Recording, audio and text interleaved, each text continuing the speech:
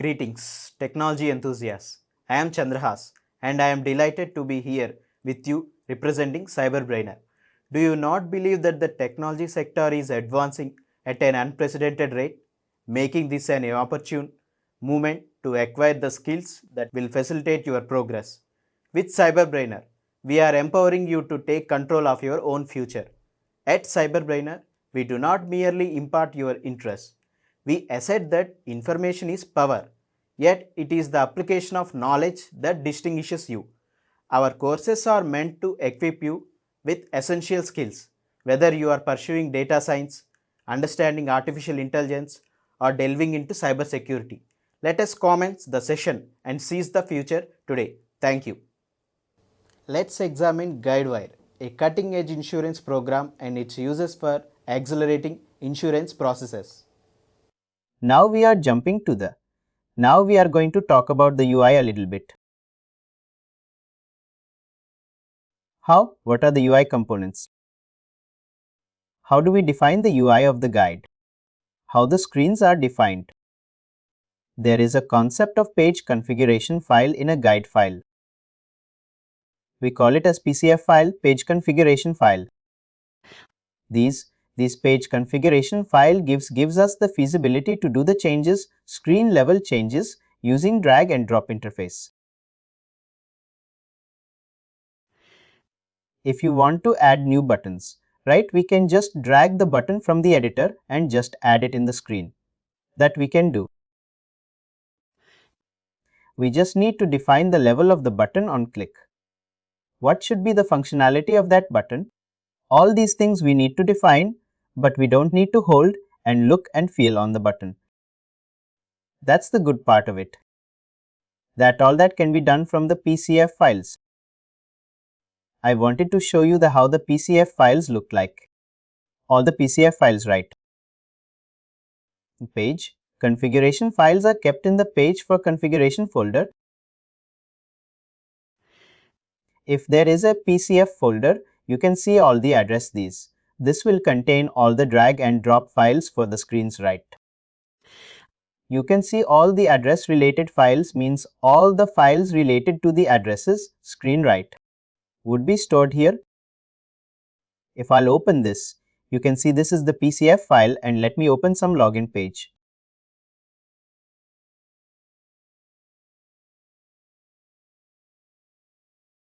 You can see this is the username. There is a username, there is a password, and there is a login button. Similarly, if we want to see for training, let's see AV company, AV contact.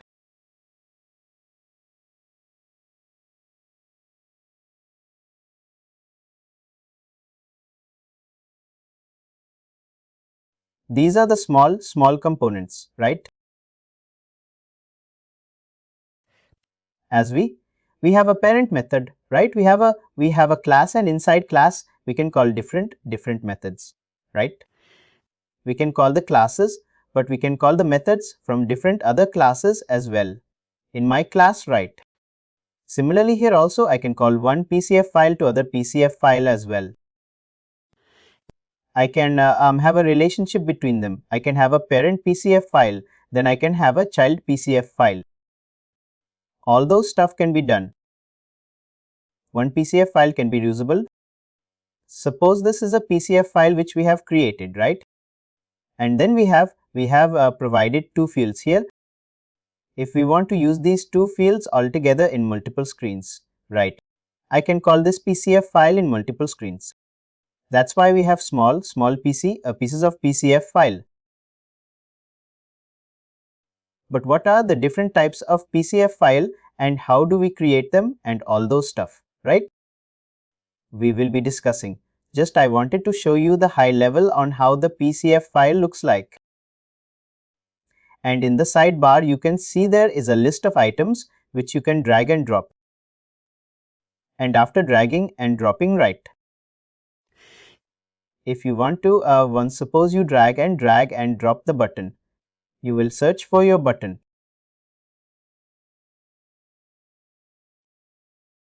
And there are many types of button which came, right? Button input, add button.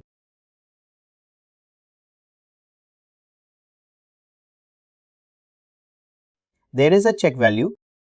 It will appear like a check. Remove button toolbar button.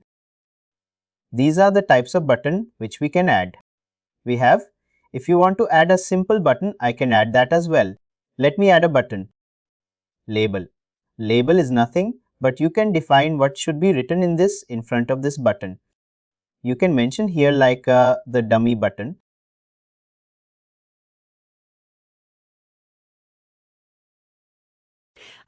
You can see here right in the screen, we have something written and then we have a box where we can fill in the value. Similarly, the label, we have to define this here. The ID is the unique identifier of this particular widget. These smaller elements, right?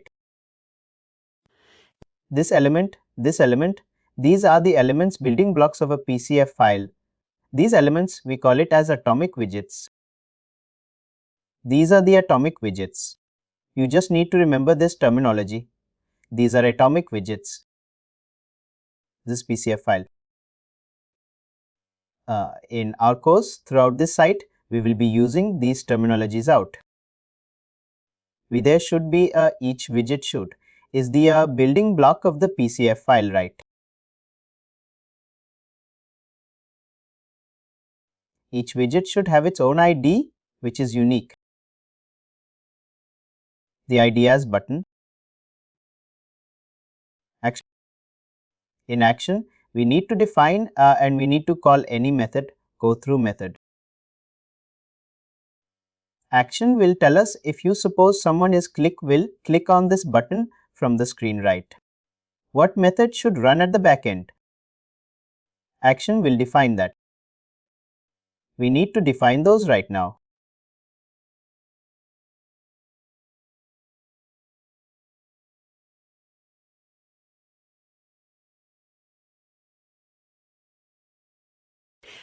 Value is something which is written on the button, on top of the button. Or we can say validate map, validate.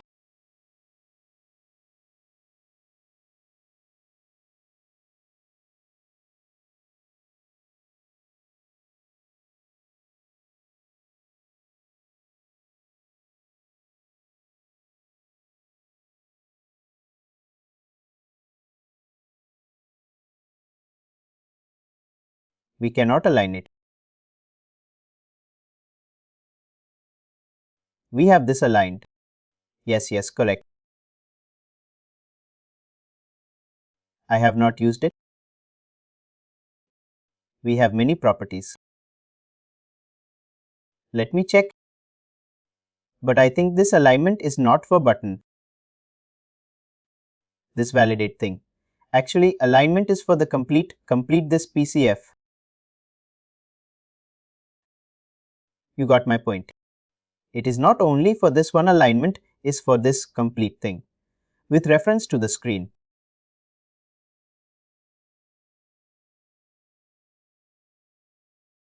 We have many properties available here.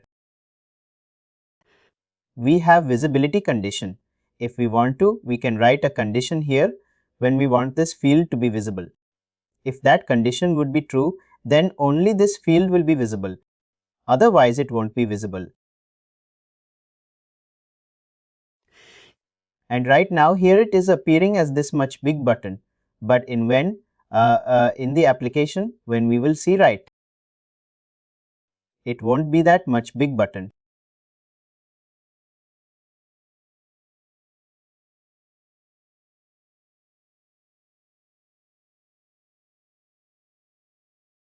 It would. I can do a preview for that. I need to identify which screen this particular PCF file contains.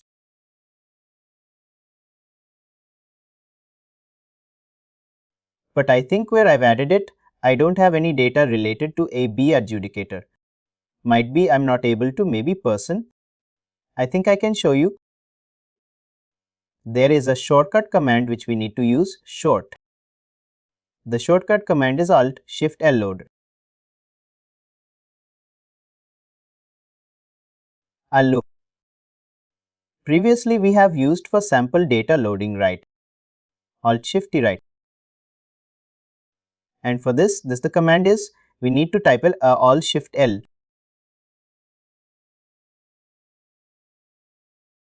and there are many things on the PCF file. I wanted to show you the dictionary also. My data dictionary might be regenerated or still generating.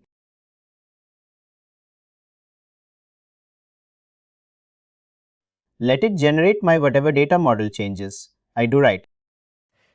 I don't. Those data model changes will be deployed to the application only when I restart the server. I need to stop the server first.